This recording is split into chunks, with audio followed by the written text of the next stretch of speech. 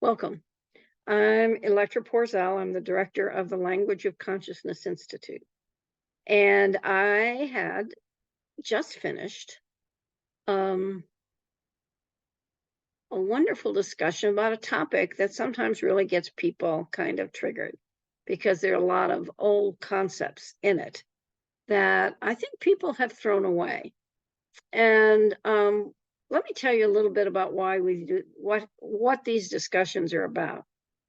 Every time I'm in these discussions, these Eisenstein's next stories, I see a multifaceted crystal in my mind's eye. And I know that kind of where I'm coming from is one of the facets, what other people in the call are coming from the other facets. And I'm fascinated with the facets. And everyone who comes to these calls is fascinated with the facets, which means to me that no one is taking a position and saying, no, this is the truth. And they're just saying, wow, this is what the evidence I see in the world. This is my personal experience. Wow, what would happen if more people took this perspective or had this experience? So the idea is that we really are thinking more about what has been the assumptions or the truth that we were told about what our reality was and what are the ones that are rising. What are the news stories that are rising that give people, how will they give people a different experience, a way of being on earth, and a different way to grow into more or be more of whom they came here to be? So that's kind of the background of it. Today we talk about, the old story was God is separate from creation, either ruling it from the outside or not existing at all. What we came up with really was that there was a whole spectrum of beliefs about a larger force outside of us that created everything, got it all started. And, you know, the old white man on the cloud was an image that I saw a lot when I was a kid and was explained to me as God. And then I found out all the bad things that happened to people, and I kind of tossed him and away because I said, a God that loved us would not do that to us. Now, if you look at the Old Testament, it was more of a violent God, a controlling God. But there's a spectrum anyway of where total subservience to a force outside of you, to a belief that there is no outside force, that we're all up just for grabs. And in that, people find their place about what a God, goddess, great spirit might be for them and how it might be in the world. If we look at, and those, wars have been fought in the name of a God. Evil deeds have been done in the name of a God. And I'm always looking at it going like, if there was a larger force that was really interested in finding out how taking matter and putting spirit in it and giving it free will and choice, what would that what would happen? And a lot of what we see and how religion is used in the world is mostly through human will. Some of it got attached to power and control, some of it to exploration. Not a lot of it's open to individual interpretation, even though I was raised in the Catholic Church, so they said it was pretty much up to you. What is a venial sin and what is a mortal sin? But then they tell you what the mortal sins were. So it wasn't always free will. In any case, that's a digression. So when we're looking at humanity and we're saying, what serves humanity? What is the ability to be in this life, in this mortal life, and what does the sense of having, I mean, what is the sense of having a compassionate, beneficent being having your back do for people? And we talked a little bit about the gods and goddesses of the different religions and how they played that role. They're like an intermediary that you could connect to Bridget because she helped with the weaving, or she helped with the harvest. And all these gods and goddesses did that, but they're a relationship. You start to have a relationship and a connection with a larger force that has your back. And if you pay attention to it and gain some sentience of that relationship, you can build on that connection and the knowing that that larger force can give you. Now, for the most part, I think a lot of our personal relation and connection with God, Goddess, Great Spirit got abrogated when people were separated from the personal connection. And I think that's where that no existence at all came in. The second news story that he says that he thinks is probably going to guide humanity from into the future is there's nothing that is not God, Goddess creation. And everything that is matter, that is the universe, that is this planet, and God, Goddess creation are just one. It's one spectrum. And his last point is all is sacred. And it's sacred because everything was created to some level of sentience. Now, if you're an indigenous person, you see that the land has a spirit, that all the rocks and the animals and the plants and have a spirit, and they provide something to us in the greater cosmic connections. So if you've looked at any indigenous religion, they're going to tell you what the meaning of the animal is, what the meaning of the plant is, what it does for us, how it connects to us. And there's a level of connection to matter, in spirited matter, that we in the Western world really don't pay a lot of attention to. So this idea that God and everything else is one is hard to understand when you're thinking, oh, if there is like one great powerful source, how are they one with me? But if everything has spirit, everything has some level of dimensional spirit. You do as a human being, but your tables, your chairs, your cat, your dog, everybody has some level or kind of spirit within them.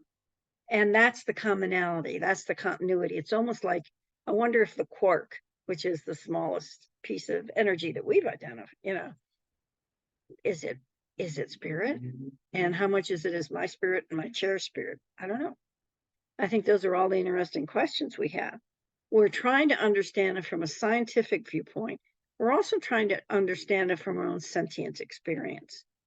If you've ever spent time really getting connected to a tree or to a plant, I remember one time I had a tree that was really dying, and I was going to have somebody come in and just cut the whole thing down. And so the night before, I went to the tree and I said, I know you can't live anymore, and I just want you to know that somebody's going to cut you down tomorrow. So the spirit of you might want to leave before it happens. The next morning I woke up and I looked out at what was left of the tree, and I started crying because I didn't realize the extent of the relationship that I had with that tree. But I knew for sure her spirit was gone, that she'd left, that she'd listened to me. And she said, I don't need to stay here in this structure anymore. I've done what I was going to do. At least that's my interpretation of it. So there's these connections that we have with the land and with nature and with each other that we can't language into something outward. And when we start seeing a connection with all of those, all the forms of matter, including human beings, we start being able to generate more compassion for ourselves and others. We start learning from those other spirits. We start seeing all of us, including all forms of matter, as one. And we start learning from all forms of matter like the indigenous people do. And mostly I think that if we are able to do that with each other, that you'll start to see things shift in how people come to being with one another, and particularly when we start out at this very, you're right and I'm wrong. I'm right and you're wrong. I doubt if anybody ever says you're right and I'm wrong, but they are very willing to say I'm right, and everybody who thinks differently is wrong. And you see that operating in a lot of political bodies at this time, for sure. In some religions, you see it operative. And when people come from a position, it's a really there's a rigidity to it that is not responding to the moment. Because if you look at energy and how energy moves through all matter, I know I mentioned the quark earlier, but the quark is like if I'm sitting in a chair and there is a point where the cells and the energy of my body kind of merge with the cells and those of the chair. Same with my shirt, same with my earrings. It's true for all of us. Well, if that's true, then I'm more energy. I'm actually, my body is a kind of a densified energy mat. Definitely. And my chair is densified energy, and where they meet is less densified energy. Even though I can tell you right now, I can feel the edge of my rear end on the chair. So I think, oh, that's where I end and the chair begins. But that's not really true when you get really small. So anyway, what I'm saying is, this is the thought about how we, as a human being species, begin to return to some of the abilities that we had before. One of the things that I was blessed with was my daughter married a man of the Hindu religion. They had a ceremony, and at the ceremony, there was a priest who spoke Sanskrit at one end of this long table. I and my son were on one side of it. The groom's parents were on the other side, and the bride and groom were at the other end of the table. So the priest was here, the bride and groom were here and on either side. My experience of Sanskrit being spoken was, oh my God, it was the richest, most loving experience, almost emotionally orgasmic. And at that point, I realized that human beings at one point had the capability of speaking in language that was flowing and connected, and held those connections, compassion, gratitude, love, in ways that the English language for sure does not.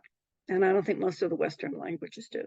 So I'm going like, okay, I have this experience in that ceremony. And he used herbs, and he did a lot of things that are very specific to the Hindu religion, which I didn't understand, but I understood. Oh my God, the flow of energy. And I'm thinking any religion who has access to that energy through the language spoken by its priest is blessed and really has a lot to give to us, or give to me for sure. And I'm not so sure that happens. My experience right now is that is not true. Sometimes there are ministers and priests who come from a spiritually mature, connected languaging and can speak to how we are all connected one to the other. And others that don't have that yet. So there's a lot of how do we begin to help individuals move from a sense of being isolated and on their own to a sense of being connected, and being held, and has someone, a greater energy, has their back. And we know that a lot of people, there's different beliefs about what God does too. This God is great spirit. Some people think that that largest level, or this highest level, or the all-encompassing spirit gets involved in the minutiae of their life. And some people, well, like me, I think, okay, there's something set in force. There are, and every once in a while there's intervention, not just from this overlying force, but all of the spirits of dimension that can assist us on more of this smaller stuff. So I really do believe when people say they know their angels, they know their guides, they know their teachers, that are all etheric, and that help them do what they need to in their lives. And and keep them from being harmed. But a lot of that knowing is based on your own personal sentience and being able to listen or comprehend when that information is given to you in the way it's given to you. In the field of Tantra and the Language of Consciousness Institute, we talk a lot about your solar plexus. If you go back to the Hindu and the Taoist traditions, they would say the soul is in that portion of your body.